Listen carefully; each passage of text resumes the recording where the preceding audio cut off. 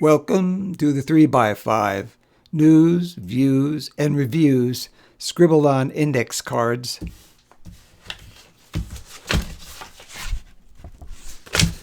We get in and get out fast, so keep up. To begin with, we all have stage 3 Trump-phoma. However much many Americans shrug it off as exaggeration, there's a good chance that voting for Trump is rolling out the red carpet for fascism. At the New Yorker, Adam Gopnik wrote, "Trumpism is a cancerous phenomenon. Treated with surgery once, it now threatens to come back in a more aggressive form. It may well rage out of control and kill its host." End quote. Comparing Trumpism to cancer is beginning to become commonplace. I too am more than happy to jump in. To be blunt, it's like the nation is currently suffering from stage 3 Trump-phoma. If we don't radiate Trumpism and kill its cells dead with a kind of political chemotherapy, it will metastasize, and the nation and the principles it was founded on will succumb to stage 4 Trump-phoma. Doesn't it seem as if Trump has been around forever? Admittedly, it's that very familiarity, by way of his TV show The Apprentice, that has endeared, if you can call it that, Trump to the hearts of many millions. But if, like me, you are nearly his age and from the metropolitan area of New York, you have been exposed to all his exploits on not only the business pages, but in tabloids and local news.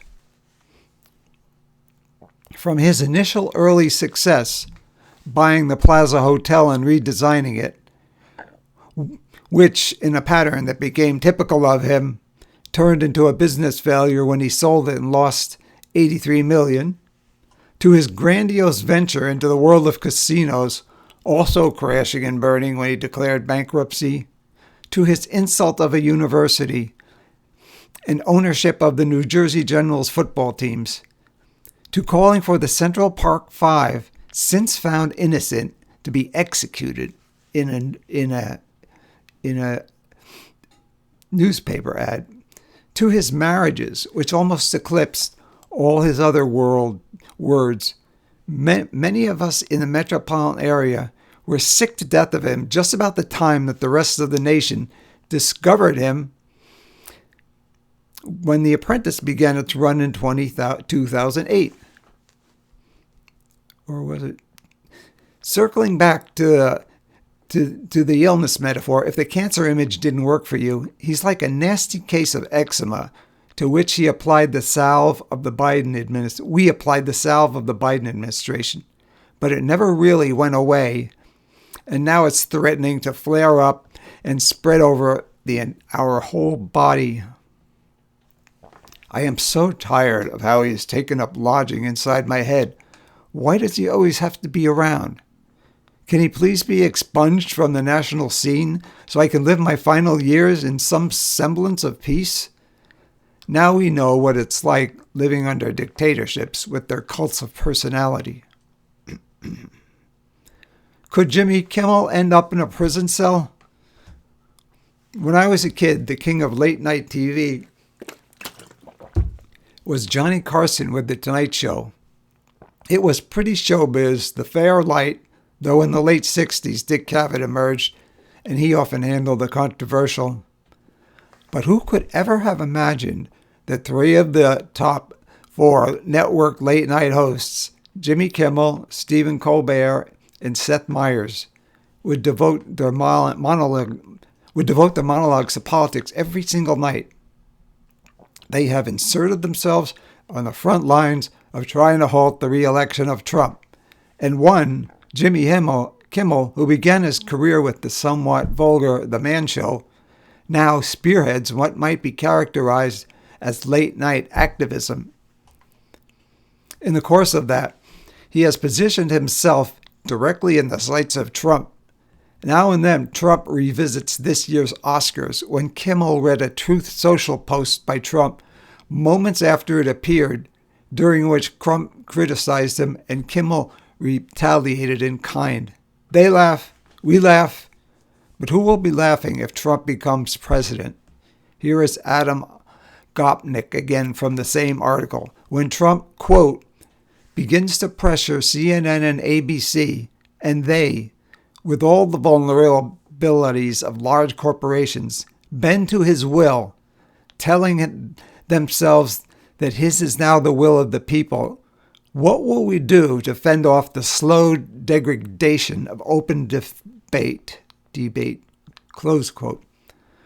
In other words, that could be the end of these monologues. It won't even require Trump to arrest him and the others.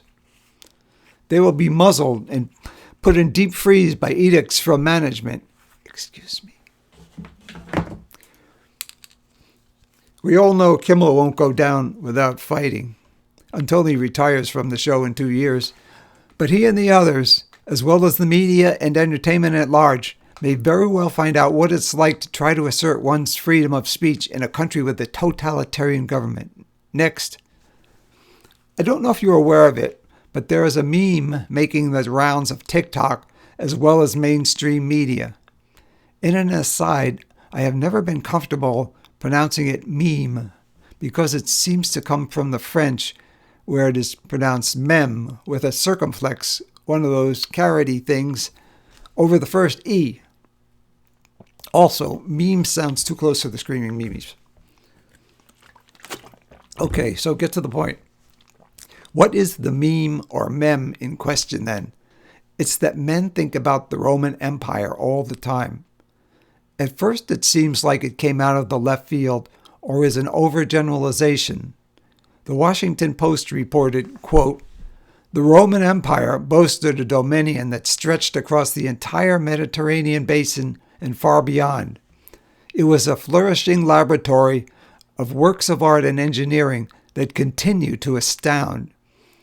And it operated under a political system that still forms the basis of many modern counterparts, close quote.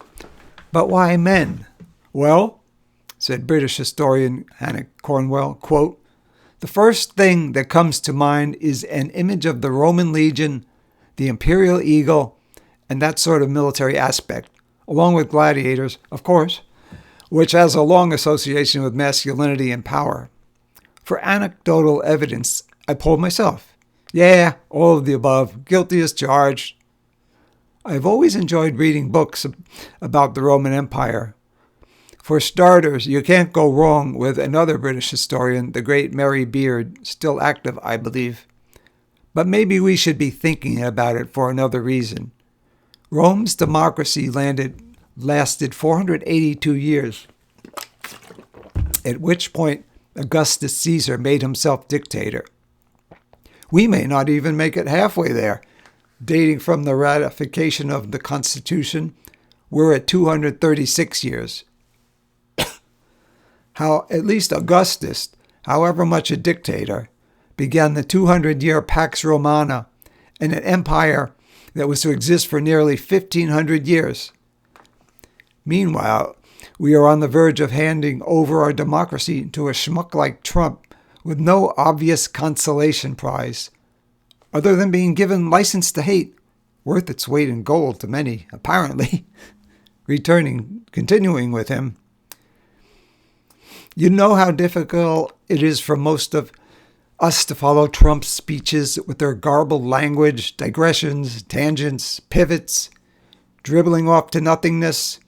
Well, it's not a problem for his followers. If you go to Truth Social, you can buy a decoder ring for $59.95 that provides the basic tools for understanding Trump's speech. If you want something more advanced, for $999, you can buy an app called Decrypting Trump for Dummies. Meanwhile, I recently learned that he once told a biographer, quote, when I look at myself in the first grade and look at myself now, I'm basically the same. The temperament is not that different, end quote. Tell us something we don't know. Next, exhortations to vote, to register to vote, have long been part of our life in our democracy, never more so than today. In theory, that is all well and good. But know the term low information voters?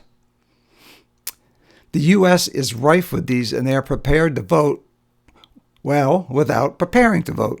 Doing no research, they base their vote on hearsay and the zeitgeist of their particular community.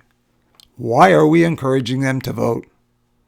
They are only voting for Trump and other Republicans. Literacy tests, which were once used to block blacks from voting in the South, are obviously not a good idea. In an ideal world, the message would be inform yourself, research policies and platforms, and only then register to vote. Yeah, I know. Good luck with that in an avowed anti-intellectual country.